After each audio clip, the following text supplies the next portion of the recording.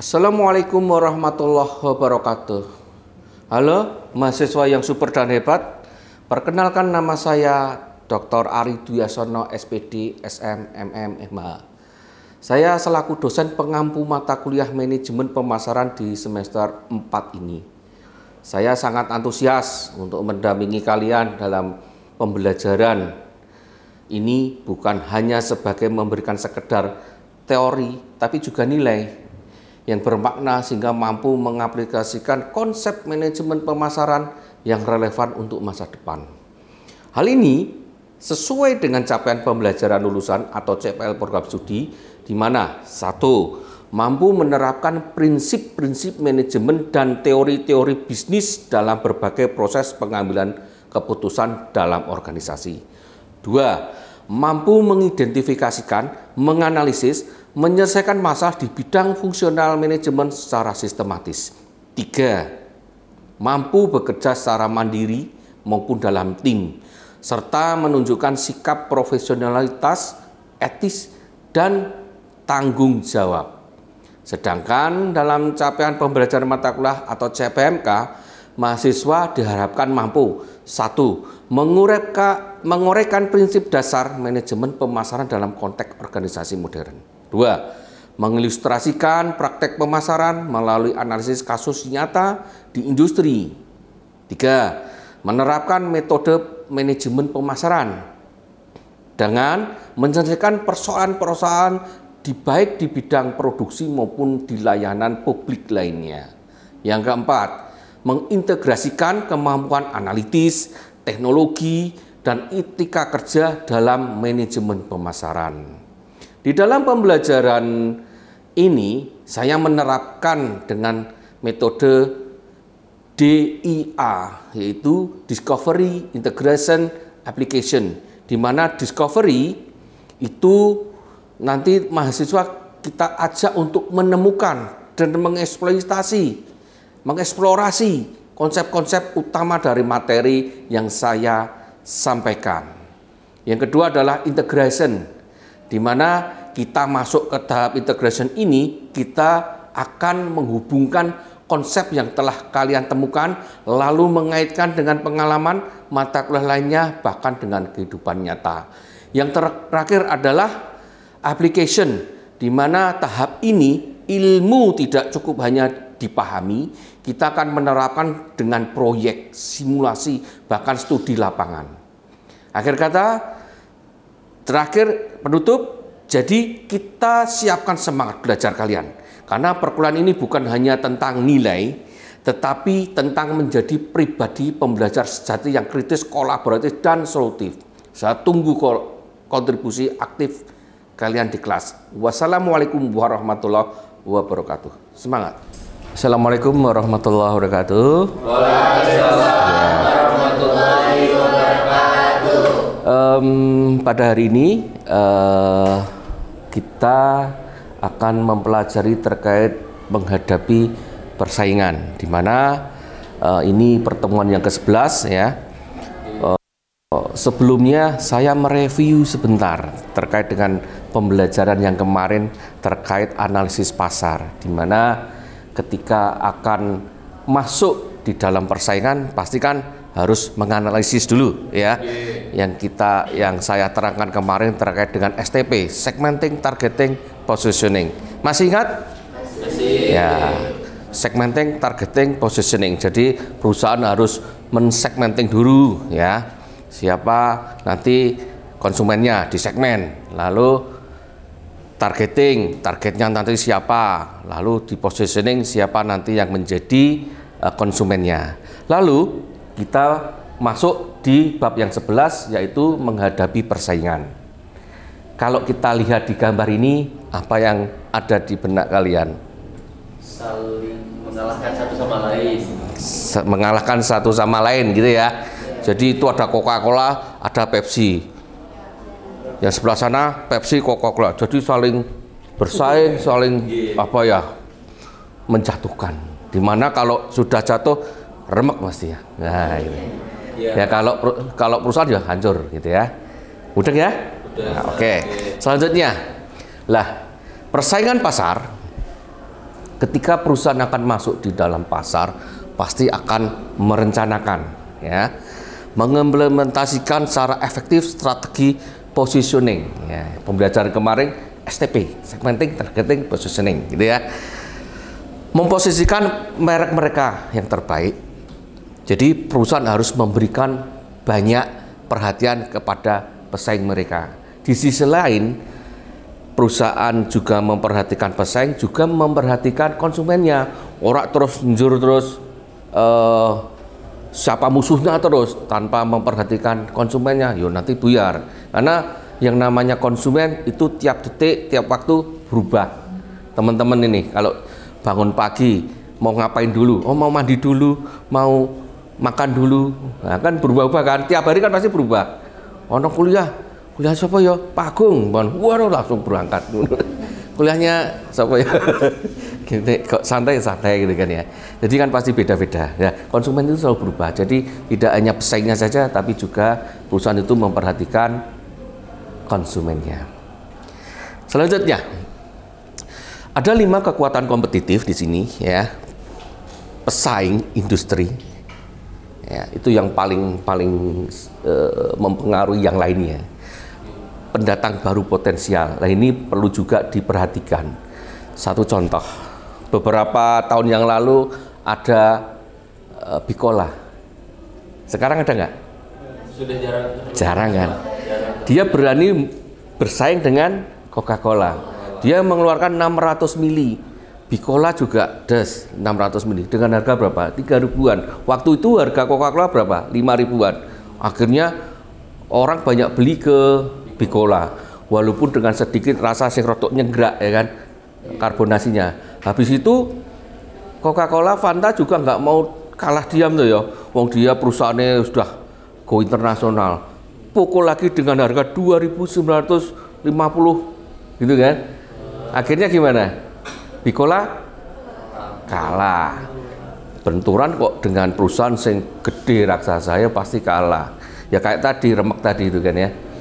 Akhirnya dia juga tidak tinggal diam. Dia buat sing gede, sing botolnya tutupnya cilik loh. Kerat-keratan sing banyak di Indomaret itu untuk dia mencari segmen baru, pasar baru, di mana mencari segmen pasar untuk sing nikahan kayak gitu, ya kan?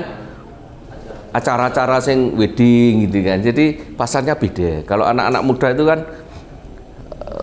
iya langsung sing kecil-kecil itu beli gitu kan. Nah, pinternya di situ Bicola. Jadi dia tidak tinggal diam, langsung dia bermanuver merubah segmen lagi. Dia strateginya STP-nya diperbarui lagi. Lah itulah strategi yang harus dilakukan terus menerus. Kalau enggak ya kalah pasti. Sisi lain, pemasok. Lah ini juga sangat penting ya. Pemasok itu berkaitan tadi dengan mata kuliah yang lain seperti manajemen operasional. Mengalokasikan, mengoperasionalkan dari pabrik ke distributor, ke agen dan seterusnya sampai end user. Itu kan sangat penting itu. Ketika pedot tinggalan ya bahaya ini. Itu bisa berhenti kayak gitu, terganggu penjualannya. Seperti itu. Itu sangat berpengaruh. Pembeli juga sama. Karena dengan tingkat ekonomi berbeda, pendapatan berbeda, ning kota sama di desa pasti beda ya. Apa wong desa senangnya ngombe Coca-Cola ya? Enggak juga kan. Ya. Jadi kan gitu. Mungkin ada juga sing Coca-Cola rasa kopi ada kan. Itu harus inovasi terus gitu kan ya. Ya itu perusahaan harus seperti itu ya. Jadi melihat juga konsumennya. Maka kekuatan pembeli itu sangat penting. Nek tidak memperhatikan pembeli yo nanti perusahaan menjual tapi nggak ada peminatnya kan rugi dia. Ya seperti itu. Dan terakhir adalah produk pengganti, substitusi, ancaman produk pengganti. Lah ini pesaing itu tadi. Ya, ketika pesaing itu masif terus, kalau tidak dilawan ya bahaya juga. Nanti bisa menggeser top leader, middle, lower, bisa berubah seperti itu. Oke, jelas? Oke. Selanjutnya, pesaing. Nah, ini. Pesaing adalah perusahaan yang dapat memenuhi kebutuhan pelanggan yang sama. Jadi, ya, dikatakan pesaing itu suatu produk yang diproduksi oleh perusahaan itu mempunyai fungsi yang sama, intinya gitu. Untuk memenuhi konsumen, barangnya meh podo, ya contoh sepeda motor kan gitu kan.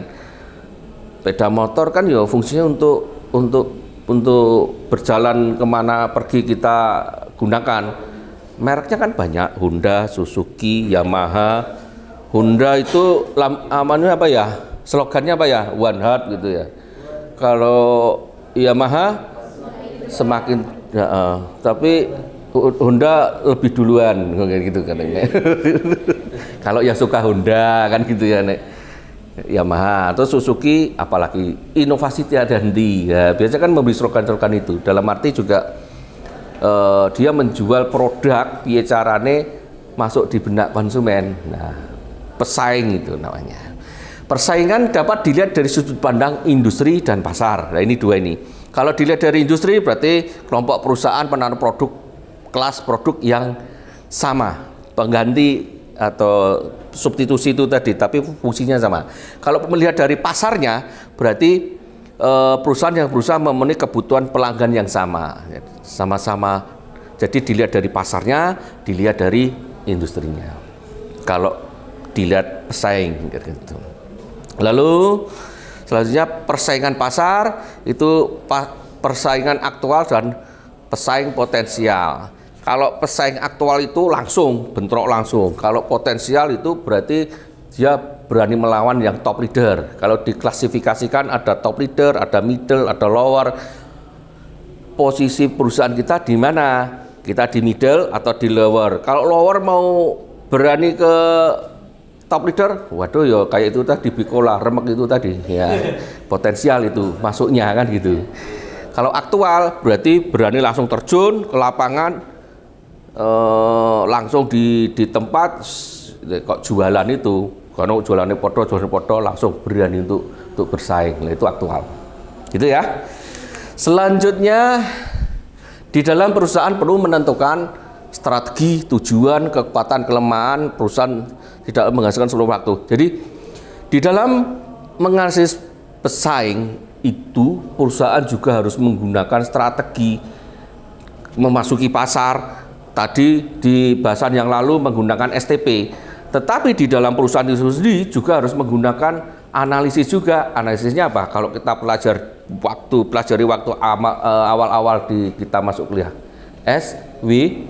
SWOT, SWOT, Strength, Weakness, Opportunity, Threats. Ya, itu harus hafal teman-teman mahasiswa ini. Jadi nanti kalau mau lulus ada kompre itu pasti ditanya itu SWOT apa. Kalau udah tuh, waduh, ini manajemen piye gitu kan gitu. Harus di luar kepala gitu ya. Nah, itu tetap menganalisis apapun, menganalisis pasar, menganalisis di dalam persaingan itu juga harus pakai SWOT dan juga harus menggunakan strategi ini gitu ya. Kekuatan kelemahan ya, seperti itu.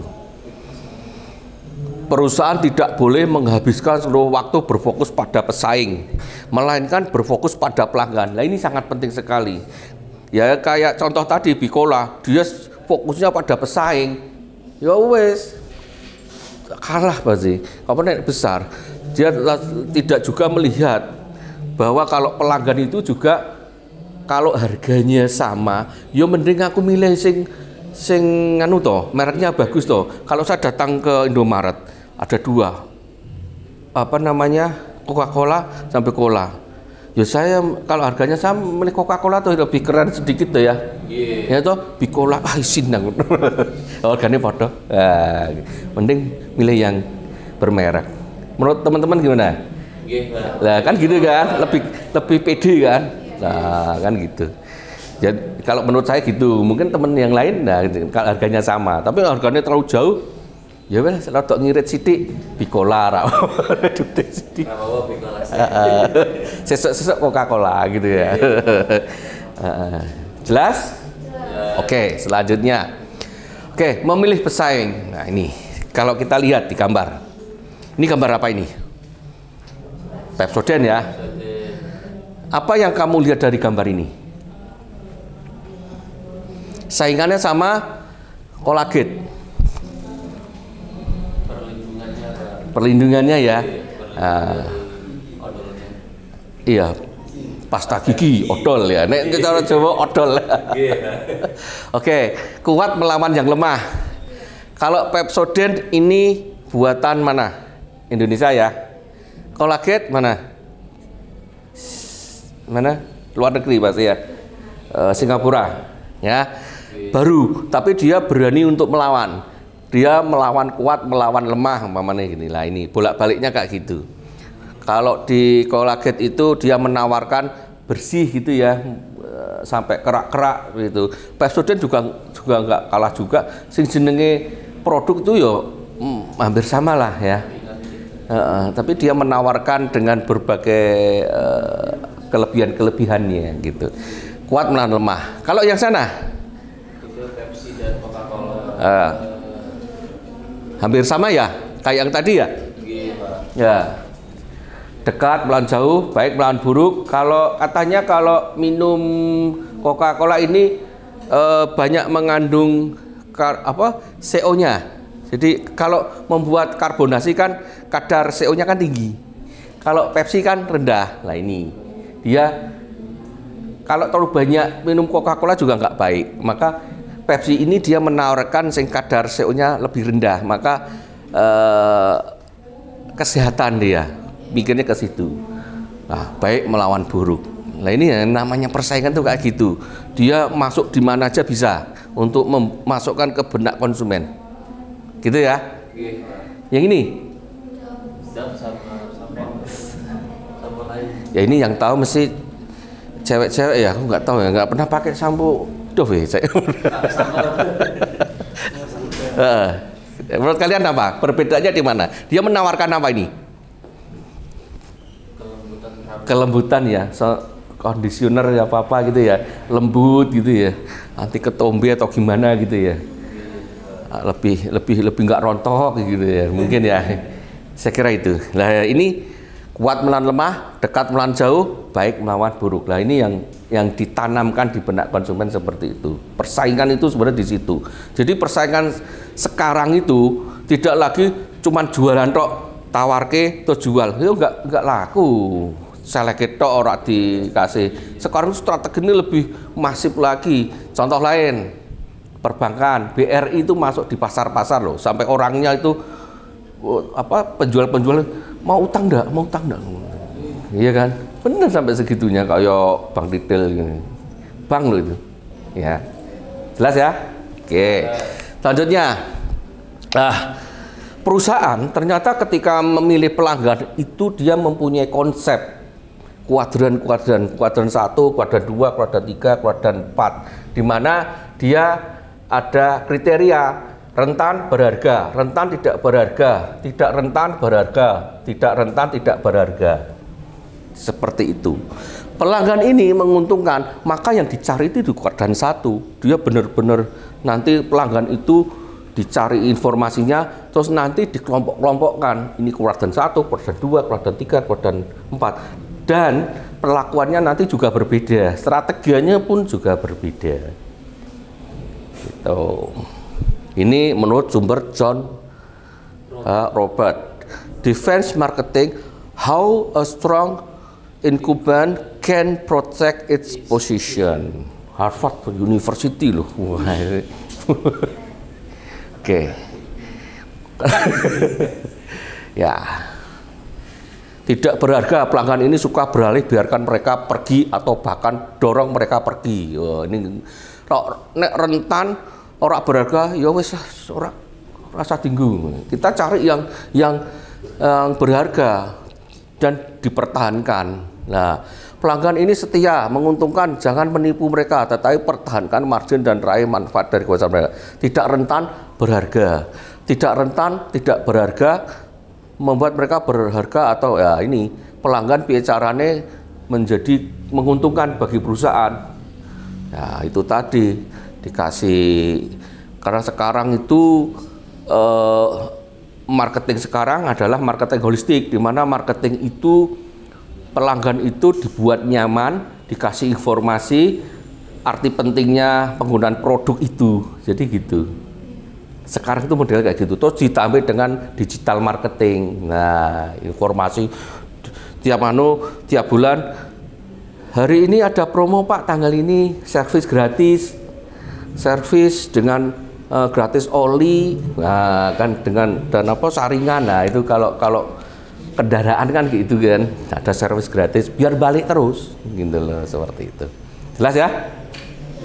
Oke, selanjutnya ini strategi kompetitif pemimpin pasar. Jadi kalau pemimpin pasar itu dia sebagai top leader gitu, dimana top leader itu pasti mempunyai strategi, terus dibuat sebuah bagan atau apa ya namanya strategi ya. Dia bagaimana memperluas total permintaan pasar, dia mencari pelanggan baru atau melindungi pangsa pasarnya.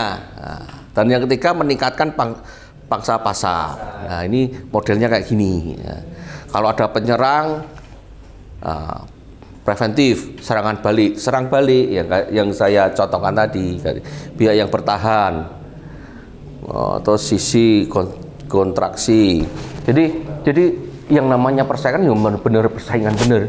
Jadi ya harus bisa mempertahankan di posisinya gitu. Sampai sini kita sesi tanya jawab saja.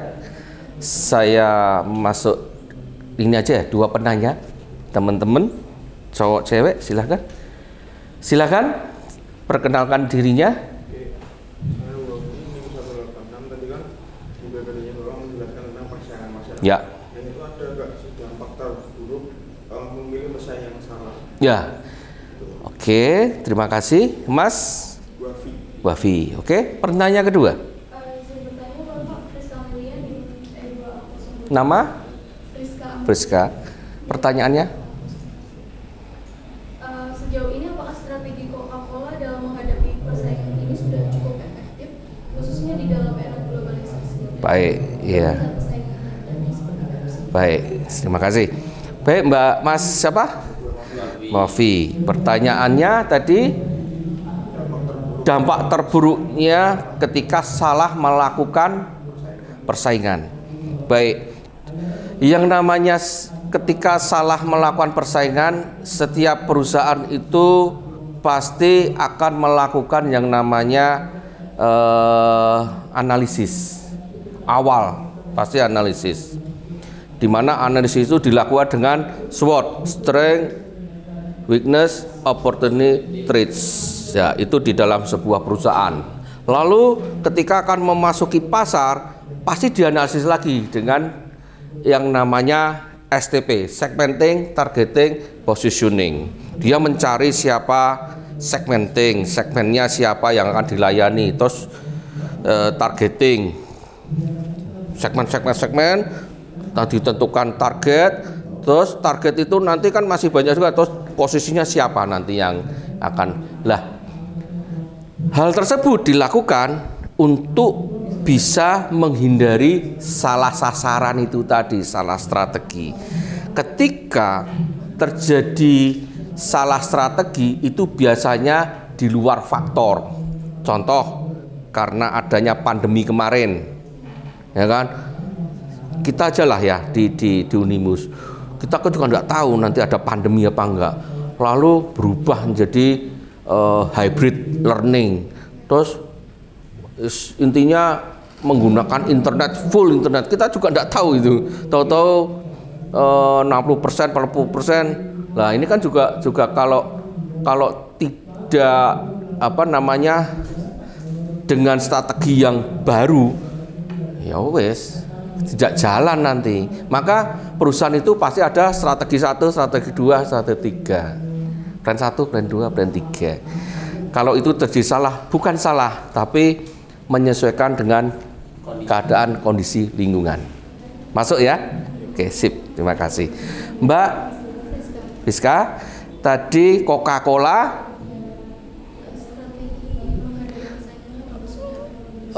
Coca-Cola. Perusahaan Coca-Cola itu perusahaan yang sudah go internasional. Dia berasal dari Amerika. Awalnya penemunya itu hanya iseng-iseng aja dengan membuat minuman berkarbonasi kayak gitu kan.